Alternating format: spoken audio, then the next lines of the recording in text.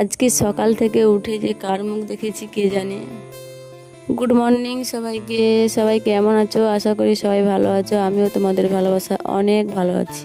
আজকে ছিল শনিবার সকালটা সত্যি একটু অন্যরকম। 4-5 দিন বৃষ্টি হওয়ার পর শনিবার সকালটা সকাল সকাল অনেক সুন্দর একটা রোদ উঠেছে।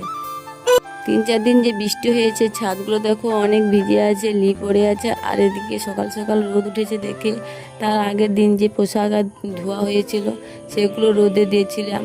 আর আর কত পোশাক, পুরো ছাদ ভর্তি হয়ে গেছে পোশাকে। কিছুক্ষণ রোদ হওয়ার পর ছাদের নিচে দেওয়া হবে, কিন্তু ছাদের নিচ তো ভিজে আছে, কিছু দড়িয়ে দেওয়া হয়ে গেছে। এরপর কিছুক্ষণ পরে আর ছাদের ভিতরে যেগুলো ছিল সেগুলো দিয়ে দিলাম, রুমে যেগুলো ছিল সেগুলোও দিয়ে দিলাম। অনেক পোশাক 2-3 দিন কোনো শুকনো হয়নি। আগের পোশাকগুলো শুকনো করে রেখে দিই, তারপরে অন্য পোশাকগুলো ধোয়াধুয়ি করব। আজকে রোদ হয়েছে, কালকে রোদ হবে কিনা কেউ কি বলতে পারবে? তাই আজকে রোদ হয়েছে, সব কিছু পোশাক একবারে গুছিয়ে নেব। বললাম যে সকাল থেকে কার মুখ দেখেছি। আজকে সকাল থেকে এত পোশাক ধোয়া হয়েছে যে বাথরুমে আমি পড়তে পড়তে আমার পাটা স্লিপ খেতে খেতে পড়ে গিয়েছিলাম। কিছুটা উদ্ধার হয়েছে। আমি যদি পড়ে যাই, আমার পাটা কিছু হয়ে যেত, আমাকে দেখতো কে বলো।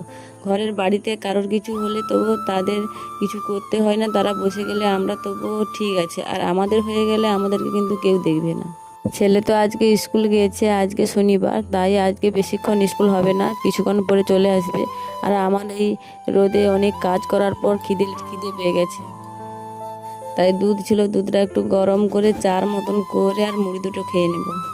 মাঝে সাঝে যখন ভোগ লাগে এরকম চার মতন দুধ গরম করে খেলে খুবই ভালো লাগে। আর এই দুটো খেয়ে নিই, আর সারাদিন হবে কিনা তাও ঠিক নেই। রোদরা যেহেতু হয়েছে, সব কিছু পোশাক শুকনো করে একবারে গোছেই ছাড়ো। দেখো দুধটা গরম হয়ে গেছে, আমি একটু কাপে করে নিয়ে তারপরে অল্প দুটো মুড়ি নেব, নিয়ে খেয়ে নেব। মেয়ের বিছানার পুরো জিনিস গেছে, তার কাকিমার বিছানার পুরো জিনিস গেছে। আজকে আমার তো বিছানার পুরো জিনিস সেদিন ধুয়ে নিয়েছি, ওইগুলো শুকনো করে নিয়েছি, ওগুলো ছাদে গিয়ে। আর ছাদকে যে কবার উঠছে আর নামছে কোনো কথা নাই। ছেলে স্কুল থেকে আসবে, তার জন্য একটু অল্প করে আলু ভেজে রেখে দিচ্ছি, ও এলে ওকে খাইয়ে দেব। আর বলতে বলতে ও চলেও এলো, আর ওকে খাওয়ার জন্য আমি অল্প দুটো আলু ভেজে ওকে খাইয়ে দিয়েছি। তারপরে এসে গেলি রান্নাঘরে কি হবে রান্না।